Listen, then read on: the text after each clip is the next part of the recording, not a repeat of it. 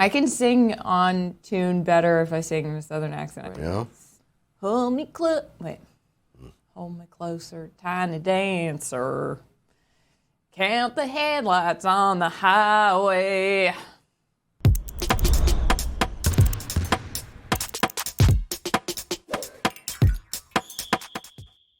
Welcome to Oddball. The weekend's here. I'm Amin Elhassan. That over there is Charlotte Wilder. What a fun night of basketball last night. What a fun night of basketball. Before we get into anything basketball related, Amin, can I ask you? Yes. How did you enjoy the Star Wars experience of Star Wars night at the Pacers Heat game that we attended? It was fine. I mean, I like the effort of having two people duel in the middle of the dancers dancing. I thought that was pretty cool. Did you notice one was dressed up as Anakin and one was dressed up as Darth Vader? No, was one dressed as Anakin? I don't know. No, never seen the movies. Okay, never mind. Because Anakin is Darth Vader, but spoiler alert. I know it's you know Han to Solo? me the big thing about Star Wars night is like, do you have a cool giveaway? If you don't have a cool giveaway, the rest of it kind of falls apart. I was telling you guys before we started recording, I go to Star Wars night at the Diamondbacks every year, and I'm not a big lover of baseball, but I'll show up for Star Wars night because their giveaway is always top notch. This year it was a snow globe, but instead of snow, it was sand. It's like a Haboob globe, and Haboob? Haboob. That's what the dust storm is called. So, like, that's cool. But if it's just going like, hey, it's Star Wars, we got some crazy characters here. But other than that, it's a regular night. I'm like, oh, thanks. I do. My favorite thing about it was when they said Kylo Ren. Is that the name? Looks like Jaime Jaquez. They put on the Jumbotron. It was like Kylo Ren, audience twin. Yeah, but it's a bit where they show like your twin, and so they'll have a character and they'll show someone from the crowd that looks like that character. And I was like, it ends with Jaime Jaquez. Right. That's the big reveal. The big reveal. Yeah. Which I respected. However, my take is that Jaime Jaquez looks like Will Scarlet from Robin Hood Men in Tights. Oh yes. The Mel Brooks movie. Yeah. Tell me I'm wrong. You know what his nickname is, right? What? Juan Wick. Why? Because it's like John Wick, but he's Hispanic. See, you see the marketing of America. It's like, how can I flip this based on your ethnicity? Juan Wick. Juan Wick. Wah! Honestly, movies might be better if they were just called that in the first place. Juan Wick. Antonio Banderas. Oh, 1 week is my name. Okay. Antiquado. All right, so. Great night. As I said last night, we had 3 different Eastern Conference point guards go bonanza. We had Jalen Brunson with 42 and 8 in a Knicks win over the Pistons, who, by the way, haven't won a game in the month of November. It's December 1st now, so they were 0 for November. Should we do ASMR for bad NBA teams? I try. I like to keep it on the low for them. We had Trae Young, who had 45 and 14, as the Hawks narrowly beat the woeful San Antonio Spurs, who have also lost, not won, lost a shit ton of games. Yes. And 13-game losing streak for the Spurs. No, but don't poke the bear, though. I wonder if Pop got on the mic last night. This hack. And then, I'm done. I'm over him. Okay. And finally, the game that we were at, Tyrese Haliburton was scintillating, 44 points, 10 assists. However, in a loss for the Indiana Pacers, who went from proving this is what the greatest offense in the history of the game looks like to a long stretch in the fourth quarter where they could not buy a bucket. And that was kind of shocking, Charlotte. Yeah. Before we get to that, watching Tyrese Haliburton play in person, I had not been blessed to see that yet. Yeah. It was mesmerizing. I had the feeling of control of when he's on. You know how I said that I feel really safe when Jokic is on the court? Yes. And I'm like, okay, he's gonna get the rebound, he's gonna make the right pass. Yep. Like, I feel comfortable with Tyrese on the court. It's a different kind of safe. It's like, this is a man driving a car. Yeah. Like an expert race car driver, locked in. And the people around him, it's not always, as we saw in the fourth quarter, gelling, but he himself as that person in control is a true joy to watch. And again, like, my thing is, despite him putting up big numbers, he makes plays like a point guard. He reads it like a point guard. Yep. I don't want to put too much on him, but like there's a lot of it that reminds me of Steve Nash, where it's just like every single time he like, takes a snapshot of what's happening, like, okay, then that guy's going to be open by the time I do this, this, and this. It's unbelievable. And to see it happen again and again and again, and hear the opposing coaches and everyone kind of just like, pretty much, man. Like look, as I told someone on the Indiana staff, I said, you guys kind of in a weird way have the hard part done. Yes. The hard part. This is one of my favorite like little NBA things I've always thought in my head. The hard part is the easy part, and the easy part is the hard part, right? Totally. So, no, I get it. I feel like my parents used to say that to me about like the hardest part is the details, or like the little things are the hardest part, but like the big thing is actually the hardest part. But if you have that, the other things can be hard. It's hard because the big thing is apparent. Yeah. Right. Getting a star is apparent. So. It's easy to recognize, okay, we need to get a star. Indiana got their star in Tyrese Haliburton.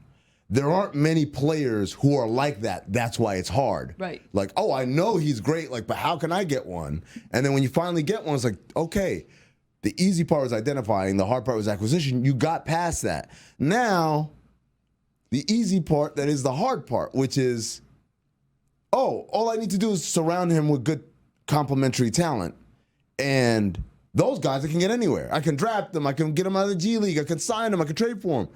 So in a way, it's easy. These guys are everywhere, relatively speaking, compared to stars. Right. But it's hard because you actually have to do the work of watching a guy, seeing something that's not apparent yet in the way they play, and also understanding how he fits with my star and with the other guys that have accumulated. So it's not just give me any old, I can name a bunch of players who are in the league, who are NBA players and making more than minimum and all that stuff, but wouldn't be a good fit here. Yeah, it's the puzzle piece part of it. And it's also the luck part of it, which is that you don't know. You might find someone who you think is perfect to play with your star. Right. And then it's like, they actually hate each other. Or vice versa. You might find someone that you're like, they're pretty good, and then all of a sudden you're like, oh no, he's a lot better and fits a lot quicker, like Juan Wick. I mean, Jaquez Jr. Who is, whenever he does something, he's my large adult son. Jaime Jaquez. Watching him play every time I would turn to Amin and I'd be like, he did something good. Yeah. Like, that's my boy. He had 5 points at one point, and then he hit a three, and I was like, he can do no wrong. And it was like almost the half was over. Between him and Duncan Robinson, famous Maine native Duncan Robinson. I think he's from New Hampshire. Is he? I don't know. No, it's all whatever. New England native. Yeah. How about that? Those are my. I feel like we're going to get converted into becoming a Heat fan. I think they're like a Marcus Smart deadline deal away from becoming a Heat fan. Something that was. If Marcus Smart got my God, don't say it. Look. Don't say it. Yep. Marcus Smart for Kyle Lowry. Who says no? I mean, I felt myself. We were sitting there, and I was like, and like Duncan would do something good, and then Jaime would do something good, and I was like, oh my guys, and then I was like, oh no, I need to go to a Celtics game right now. I need to get out of Miami. I need to go to a game in Boston right now because this is getting scary. The cherry on top, an afternoon on the golf course with Ray Allen, and then Charlotte sold after that. But yes. Great games last night. Charlotte, let's take a quick second. I want to play a game with you. Okay. It's called Who's Lying? Yes! This is my favorite game. I love Who's Lying.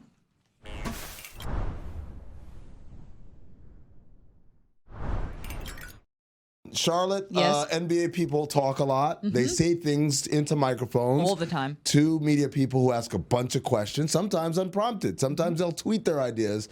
But like regular people, they're just like us, Charlotte. They're not always telling the truth. No. Sometimes they just... It's like when you ask if I've seen a movie. I do like that we're at a point now in, dare I say, our friendship, where I can admit to you what I haven't seen. Yeah, and also I'm figuring out the things that you have seen. Like I have seen some stuff. Some of it is kind of era-driven, and some of it is kind of a certain type of movie. But like now the puzzle pieces are starting to fit a little better. But Charlotte, you don't lie, I don't lie, but some of these people are lying. And I want to start with Rudy Gobert, who credits his time in a darkness retreat for T-Wolves' improvement this season, saying, quote, "It was an incredible experience. It was 3 nights and 2.5 days, so about 64 hours.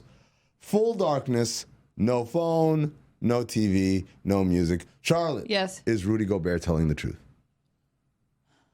Yes and no. No? Okay. He's lying about the fact that his spending time in a darkness retreat like an off-brand Aaron Rodgers. Rudy Gobert, I have discovered, Rudy Gobert, I think, is going for the Aaron Rodgers role of the NBA in bits and pieces.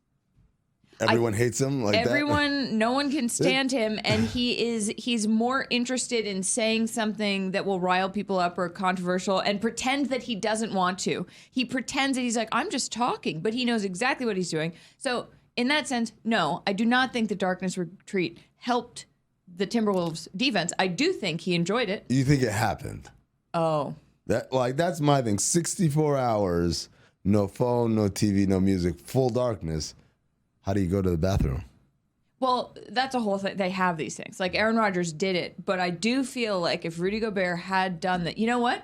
Rudy Gobert's lying. If Rudy Gobert had done this, we would have heard about it by now. It would have been a big off-season story. There's no way he would have saved it. He couldn't wait to tell somebody. Guess what you did? Media day, he would have said it. He would have said it. Get out of here. All right. I'm disappointed, Rudy. I'm staying in Minnesota. Okay. We might have a second liar on the same team.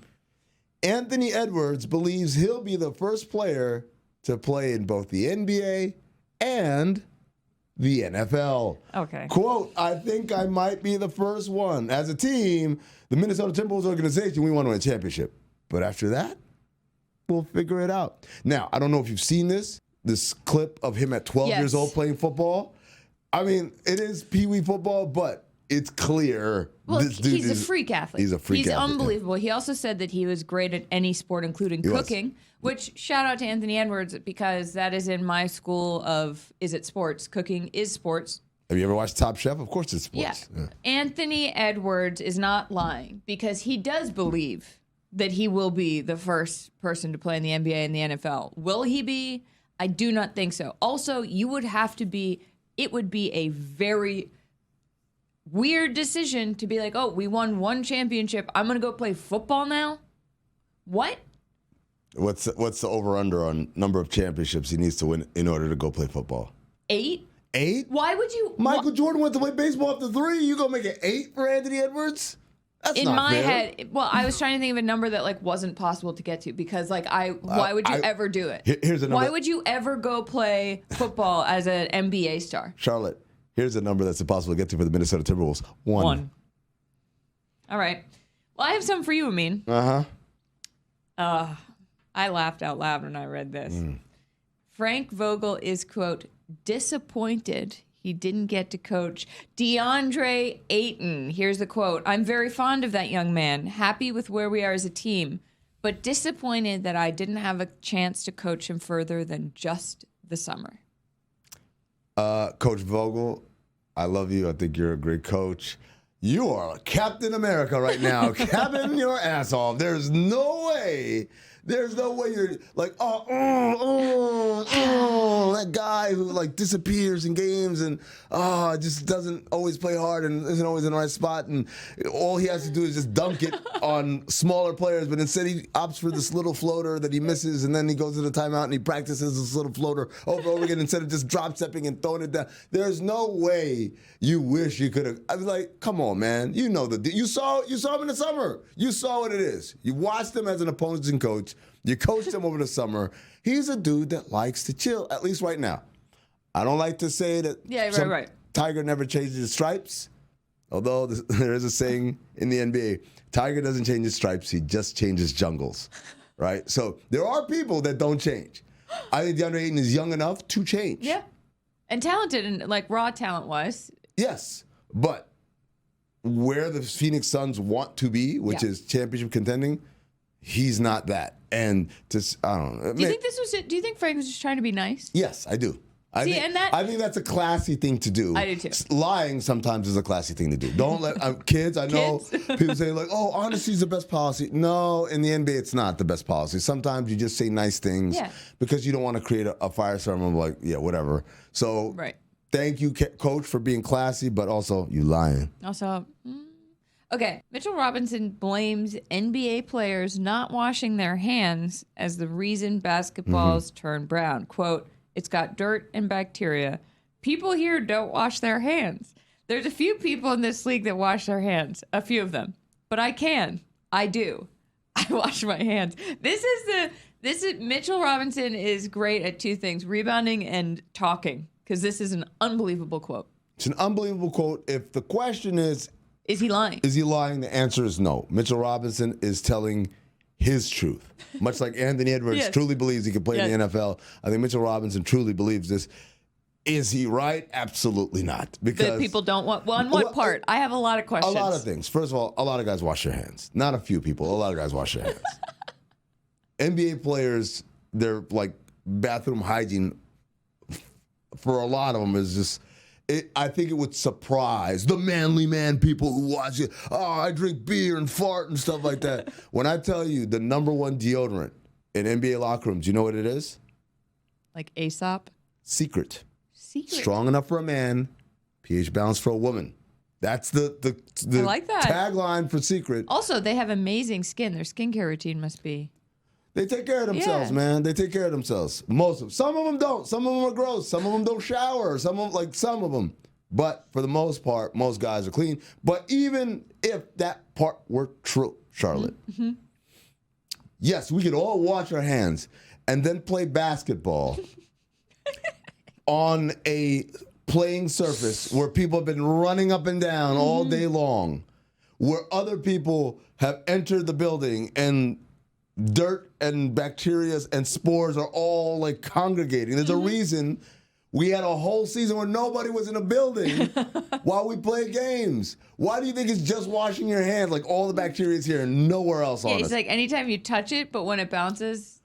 And then finally, the balls are made out of genuine leather. This is not a composite.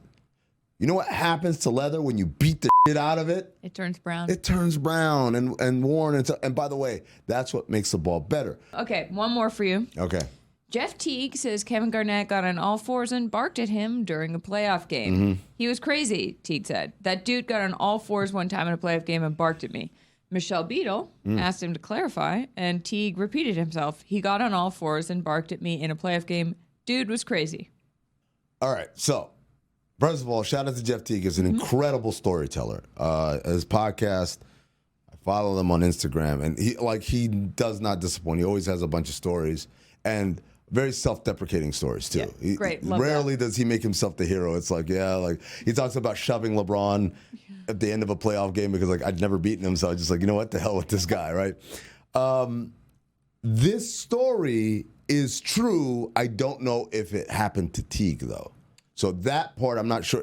I'm guessing he's telling the truth. First of all, Teague, I think you're telling the truth because I know Garnett has done this before. I feel like I've heard of that story, right? He did it to Jose Calderon. Yeah. And so here's the thing. KG, you know I love you, brother. You're my brother. But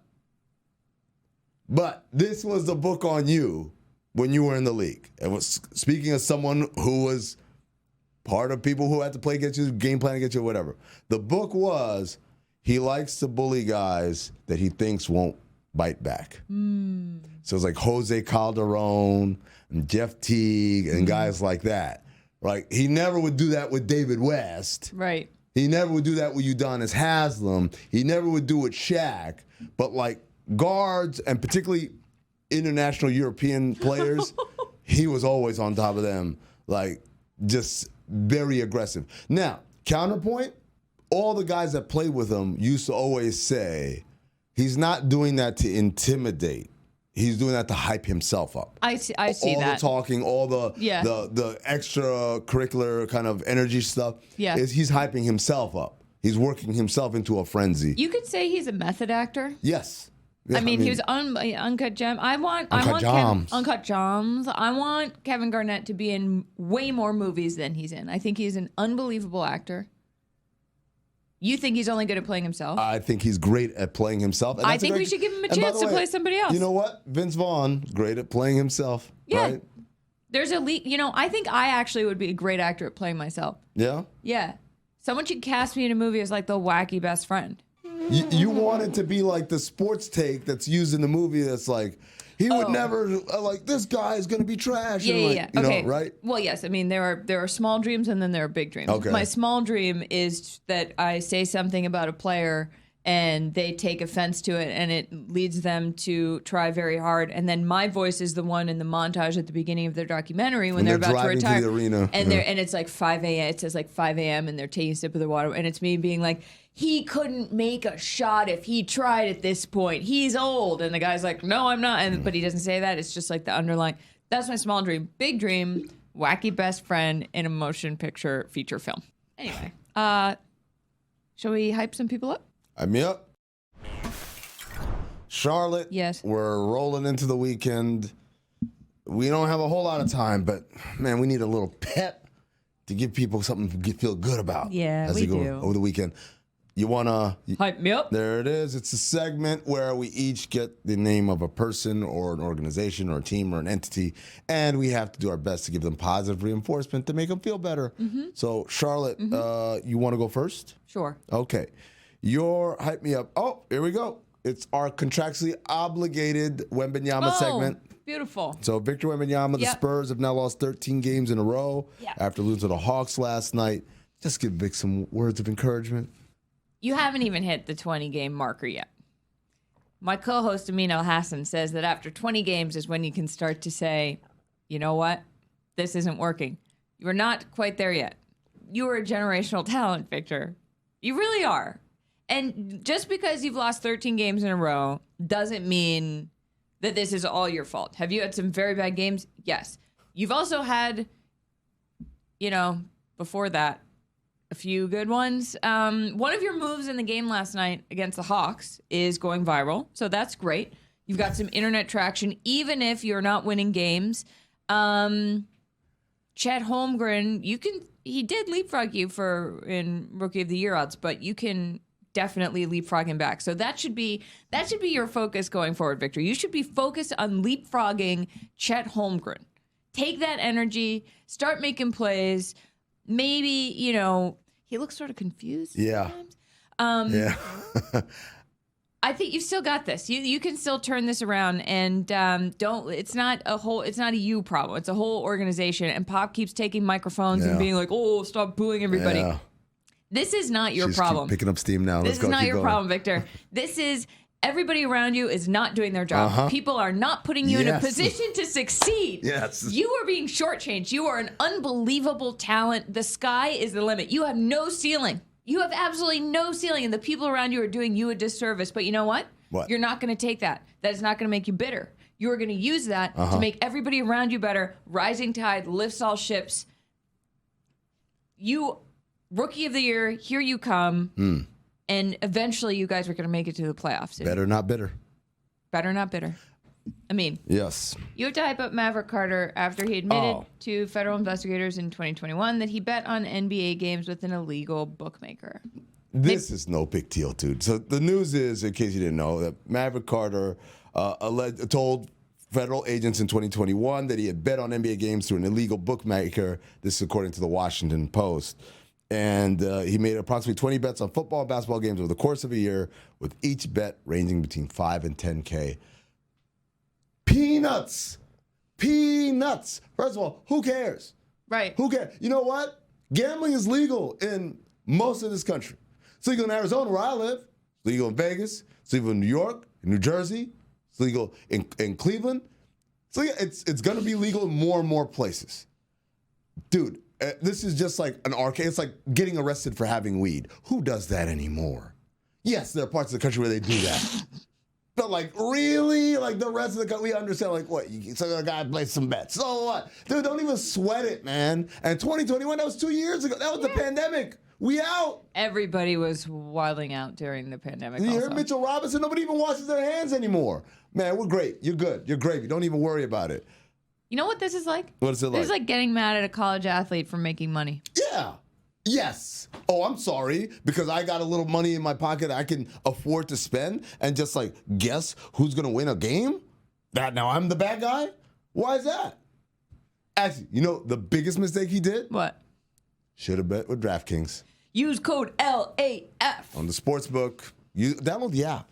I keep directing you to the website. Download the app. It's on your phone. The freaking app. Yeah, and then you just, wherever you go, boom, boom, there, LAF. Blue Jean, baby. LA lady, seamstress for the band. See, I'm better.